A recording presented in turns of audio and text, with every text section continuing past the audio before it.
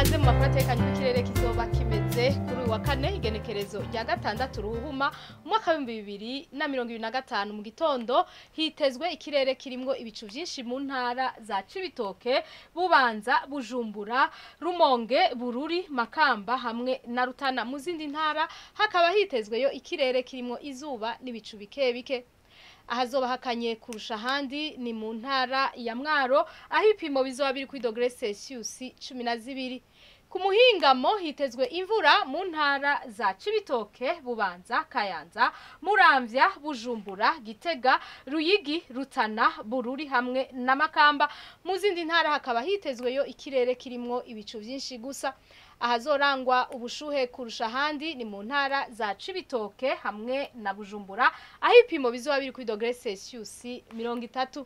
Ejo mu gitondo izuba rizoseruka igihe cy'isaha 12:09 rirenge igihe cy'isaha 12:24 zo ku mugoroba. Amakuru atekanye ikirere agarukiye ngaha mu yateguwe n'ikigo ca Ijebu kijejwe ivy'ibirere nayo Nadia Ndayizenje nayabashikirije mwakoze kuyakurikira.